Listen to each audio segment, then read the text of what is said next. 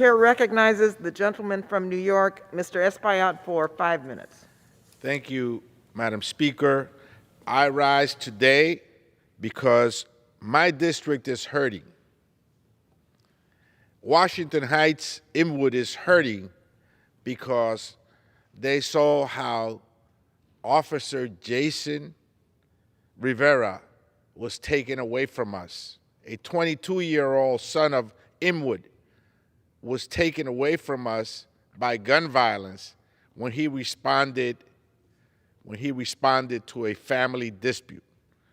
But Harlem also is hurting because both Officer Rivera and Mora patrolled the 32nd precinct in Harlem, and they were both brutally shot and killed in the village of Harlem.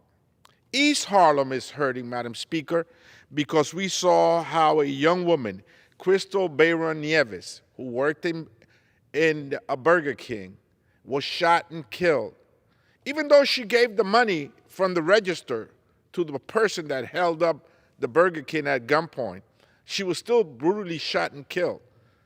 19 years old. And finally, Madam Speaker, the Bronx part of my district is also hurting because an 11-month-old child, just before she turned 1, sat in a car with her mother and was shot in the face. All of this happened within 2 weeks of each other. So my district is hurting as we bury these 2 young police officers, 22 and 27 years old, of Dominican heritage, the first in their family to serve the police department. So gun violence is running rampant. And we see how many talk about law and order, but when it comes to gun violence, they're still in the pocket of the NRA. And they won't dare challenge the NRA. So I rise because my district is hurting.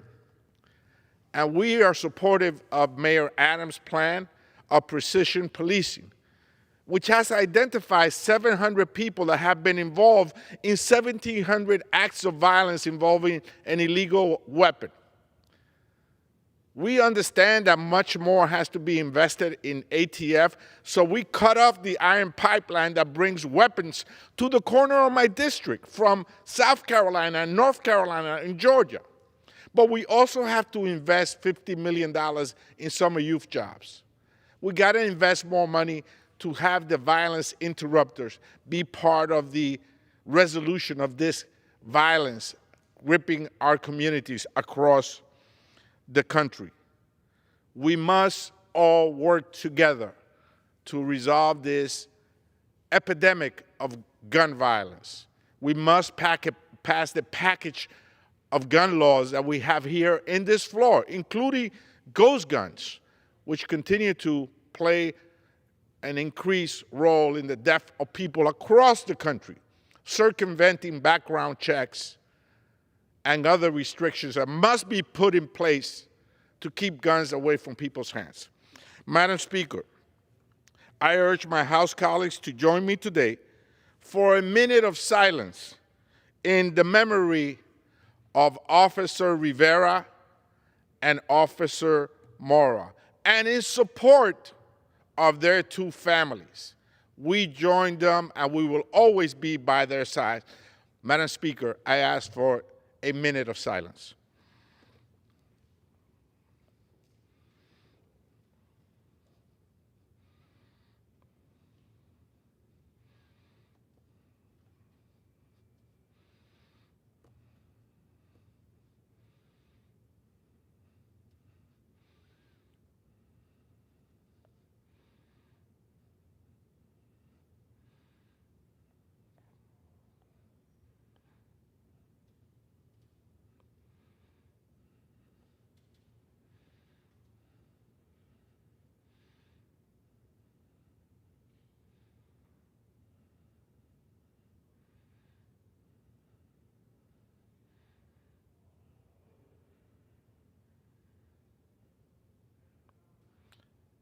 Madam Speaker, I yield back.